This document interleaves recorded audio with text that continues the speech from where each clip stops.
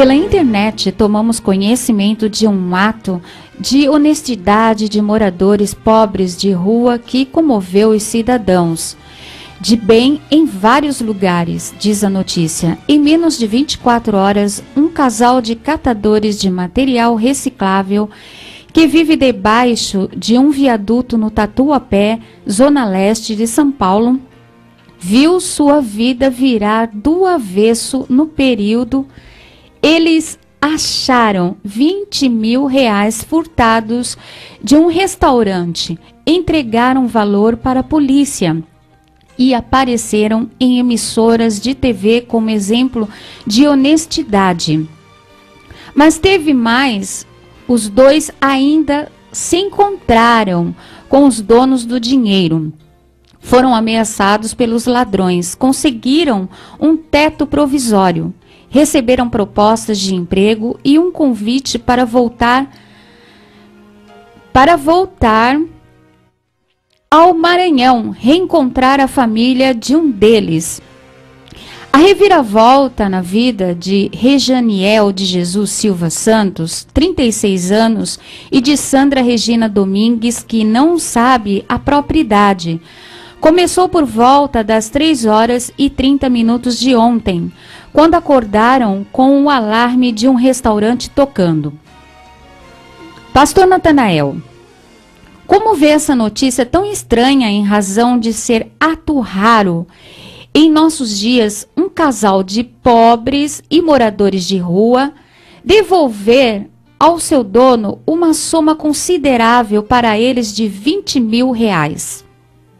Quero dizer que realmente esse ato de honestidade tão estranho que se justifica toda a propaganda que está se fazendo pela mídia, nos jornais, muitas pessoas comentando pelas ruas, pelo menos se observa nos jornais falados, que é realmente digno de um comentário, porque estamos vivendo numa onda de terror, de assaltos, até os caixas de banco estão sendo dinamitados numa plena cidade tão grande como São Paulo, e parece que não tem jeito a situação, cada vez piora mais.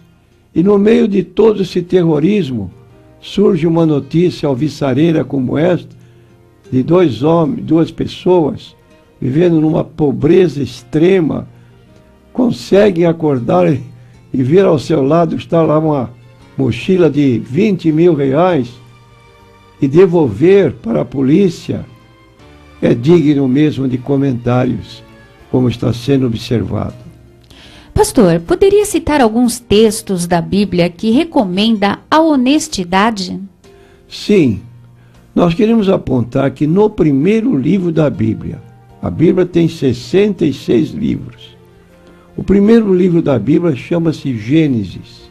E nós tomamos conhecimento de uma história emocionante de um jovem de boa família que sofreu perseguições dos próprios irmãos, que o invejavam.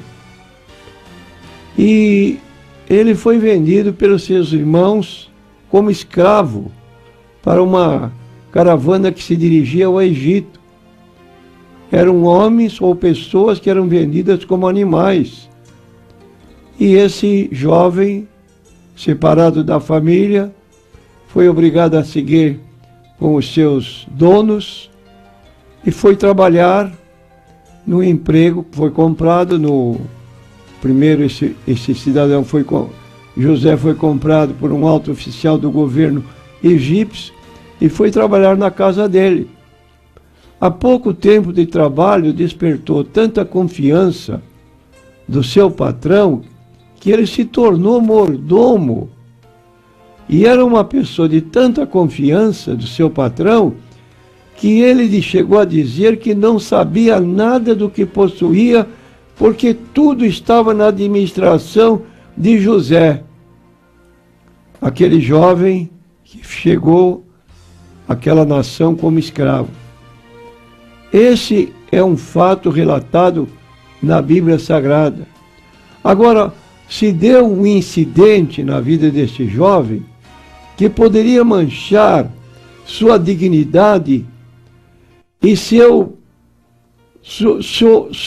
prestígio que ele tinha com Deus, porque Deus observava a sua vida. A própria esposa do seu patrão começou a cobiçá-lo, convidando-o para a cama, e ele foi franco em dizer para aquela mulher: não, como eu pecaria contra Deus cometendo esse crime, esse pecado. Foi caluniado pela própria mulher, foi parar na cadeia, parece que tudo estava dando contrário na sua vida. Depois de ter um bom emprego, perde o emprego, é caluniado, é jogado na prisão. Lá na prisão, pouco tempo depois, já ele desperta a confiança do carcereiro que lhe entrega a chave da prisão, e ali estava, quando então foi convidado para interpretar um sonho que o rei Faraó havia tido, e não havia pessoa que pudesse interpretá-lo. Interpretou corretamente o sonho do rei e saiu da prisão para se sentar como vice-rei do Egito. Pastor, quer dizer que, da forma como a vida desses moradores de rua sofreu uma mudança para melhor repentinamente, pelo ato de honestidade, assim se deu na vida de José relatada na Bíblia? Exatamente por isso que eu estou contando esse relato bíblico tão distante dos nossos dias, mas mostrando que já em tempos passados havia pessoas também desse tipo, desse caráter, bastante honesto. E eu quero dizer que é correto esse raciocínio. Admito que o casal pudesse agir assim, decididamente, e ainda ameaçado pelos ladrões, que eram os donos do dinheiro roubado, só por princípios de moral é que produz tal modo de agir desse casal. Afirmando que está grato por poder mudar de vida. Santos, o nome do homem, diz que agora só espera o reconhecimento da sua própria família. E o que ele relata, dando particularidade de sua vida de criança, ele diz o seguinte: a minha mãe me ensinou que não devo roubar, e se vir alguém roubando, devo avisar a polícia. Se ela me assistir pela TV lá no Maranhão, vai ver que o filho dela é uma das pessoas honestas deste mundo ainda.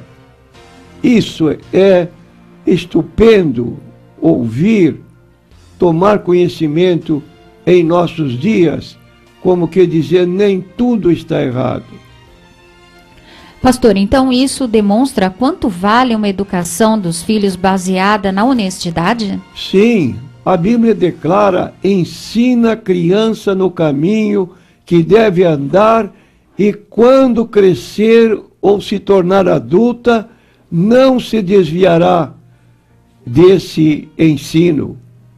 E lemos mais a respeito da honestidade em 2 Coríntios, capítulo 8, versículo 21, o apóstolo Paulo recomenda: pois zelamos o que é honesto, não só diante do Senhor, mas também diante dos homens. Dois modos de ser honesto. Primeiro, diante de Deus.